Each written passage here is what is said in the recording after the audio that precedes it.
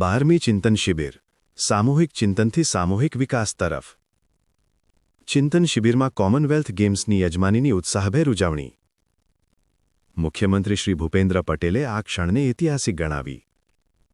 નાયબ મુખ્યમંત્રી શ્રી હર્ષભાઈએ ગ્લાસગોથી સીધા ચિંતન શિબિર પહોંચ્યા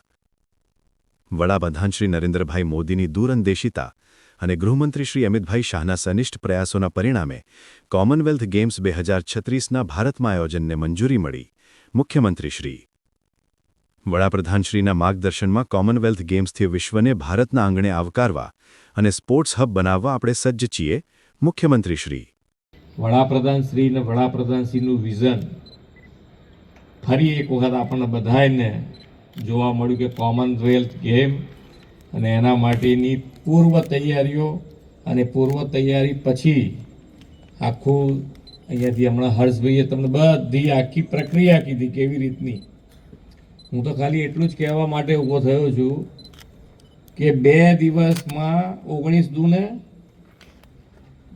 38 કલાકની જર્ની અને અત્યારે જે ફ્રેશનેસ દેખાય છે એ કામ થયાનો સંતોષ દેખાય છે